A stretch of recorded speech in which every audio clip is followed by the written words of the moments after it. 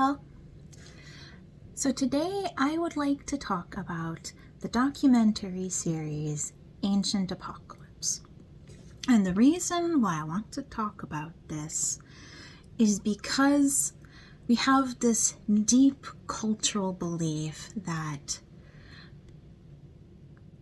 we in our modern human society are more intelligent than ancient humans were.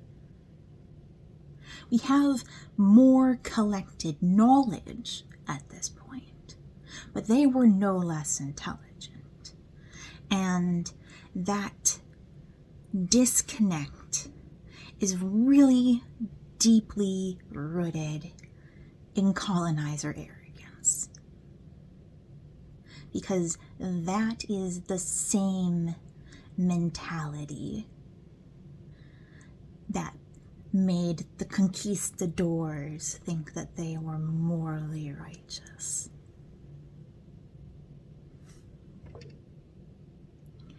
So I think part of the confusion and of the backlash against this documentary is that because Dr. Graham is a journalist, he is intentionally hyping up and baiting in the conspiracy theorists with his phrase of this ancient civilization being advanced. So you get this disconnect of what does an advanced ancient civilization actually mean? And some of your fringe conspiracy theorists who latch onto this do believe that you have nuclear war capable civilizations at that time.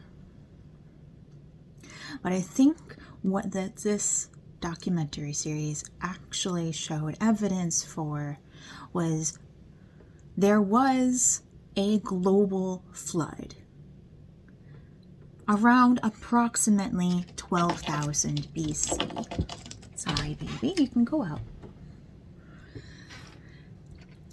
So there was a global flood at approximately 12,000 BC, and this flood was caused by an object, most likely a comet, hitting the glacial ice sheet in southwestern Canada. He did show enough archaeological evidence in support of that. In terms of evidence of a culture that had formed prior to that flood, we don't have the high technology that the conspiracy theorists hope is there. What we have is a very strong implication that prior to that flood, there was a community which was most likely on a small island that had developed seafaring, basic agriculture, and stone construction. And the specific stone construction that I believe that they were responsible for was the first lighthouse. Because if you're going to start any type of seafaring endeavor, you need to be able to find your way home.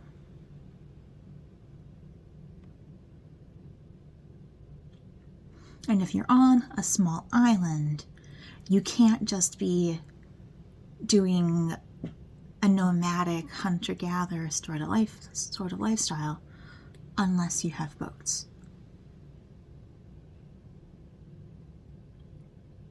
So when this great flood comes through, the survivors from this island are the ones who were on boats. And what they almost certainly witnessed was a giant wave crashing over and destroying their lighthouse. And there were two reactions to this event among the survivors. The first ones, or the religious ones, were like, "Oh, God punished us for building this tower. We were bad and we shouldn't do that ever again." And there you get the origins of the story of the Tower of Babel. And group 2 were likely the same engineers who built that tower, who scooped a bunch of animals into their boats and looked for other civilizations, other survivors, and passed on their knowledge of agriculture and stonework. And that really is not nearly a stretch. Because one of the things I saw growing up as a Christian child was this little children's book showing all of the different cultural incarnations of the story of Noah.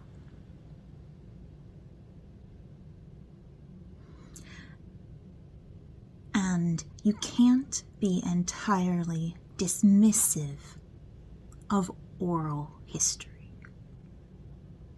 It is a telephone game.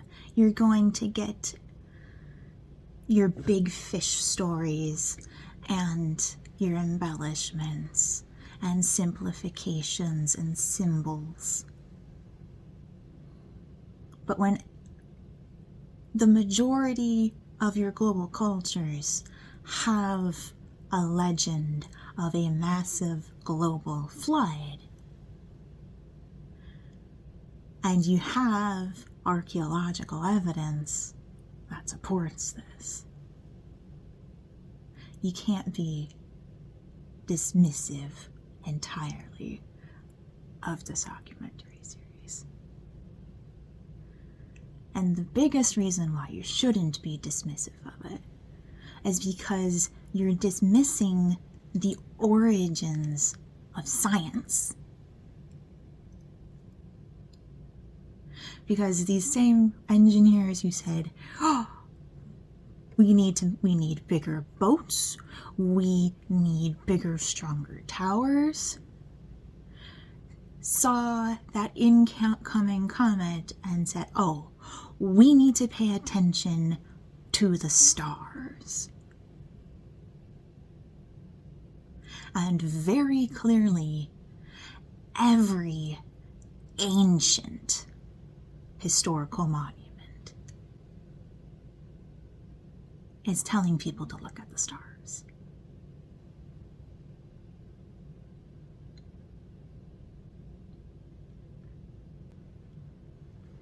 For my add-ons to this theory, I believe that this story showed up 3 times in the Bible.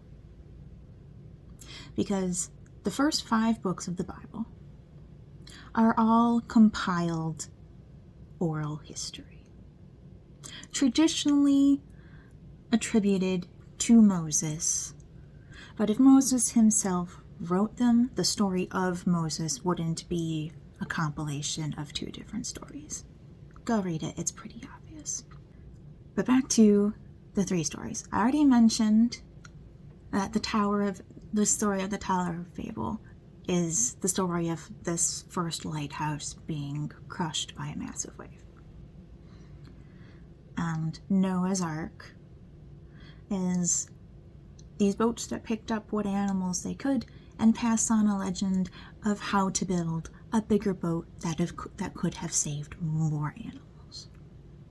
Could the size of boat described in Noah's Ark actually have carried 2 of every species? Absolutely not. But it was a fable to pass on so that the knowledge of how to build a boat was preserved. And the third story, which is my own conspiracy theory controversial bit to this, is the story of Adam and Eve. Because if you look at all of the stories described in the documentary series, they all coincide the story of the flood with a figure of a serpent. And the most likely explanation for this is just that the tail of the comet was much longer and more visible as it approached Earth and was seen to be serpent-like. The second possible explanation for this is that giant flood uncovered a crap load of dinosaur bones. Because if you look at the faces used for the serpents, especially in the Mayan temple depictions, those serpents have very therapsid-like skulls. And when you get giant amounts of water washing away landscapes, you get fossils uncovered. And there also is your origin for why every society also has legends of dragons.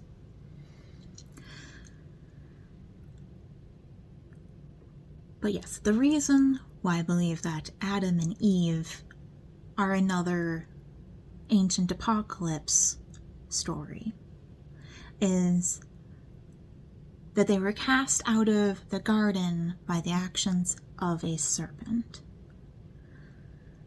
And the reason why I definitively am certain that Adam and Eve were never the only people on Earth is because of the story of Cain and Abel. In the story, when Cain kills Abel, and God sets out to punish Cain, Cain asks God to mark him with protection because he was afraid of the other people in the wilderness. So, if Cain is the only surviving child of the first and only two humans on Earth, who is Cain afraid of? But when you have that connection with the serpent and God's wrath kicking them out of the garden,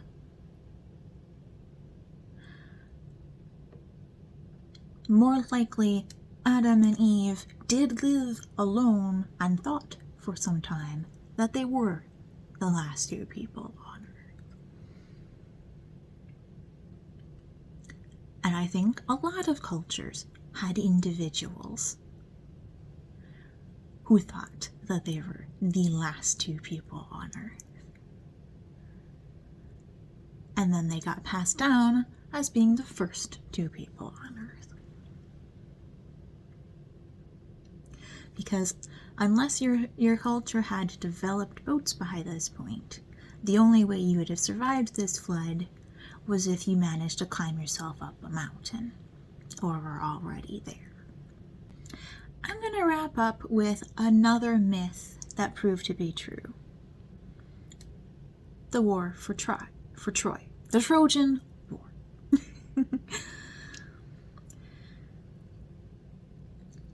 Despite the fact that the Trojans who fled were actually the founders of Rome, the city of Troy was thought to be a myth until archaeologists managed to dig it up. And we're talking about a city that existed up to probably about 100 BC.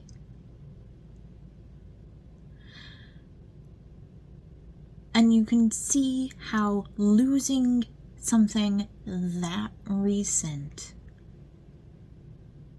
compares to the odds of finding something that was submerged in 12,000 BC. You're not going to find their trash because A, they probably didn't have any.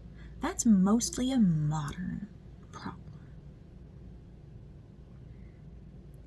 And B, boats rot.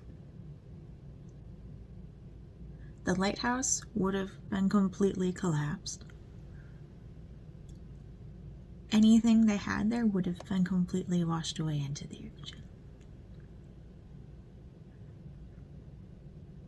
And it's really unfortunate that we almost certainly will never find that direct, hard evidence that can conclusively earn that scientific credibility. Because our ancestors tried so hard to pass down their warning to watch the stars. So I'll just leave you to it, and have a great day. Bye!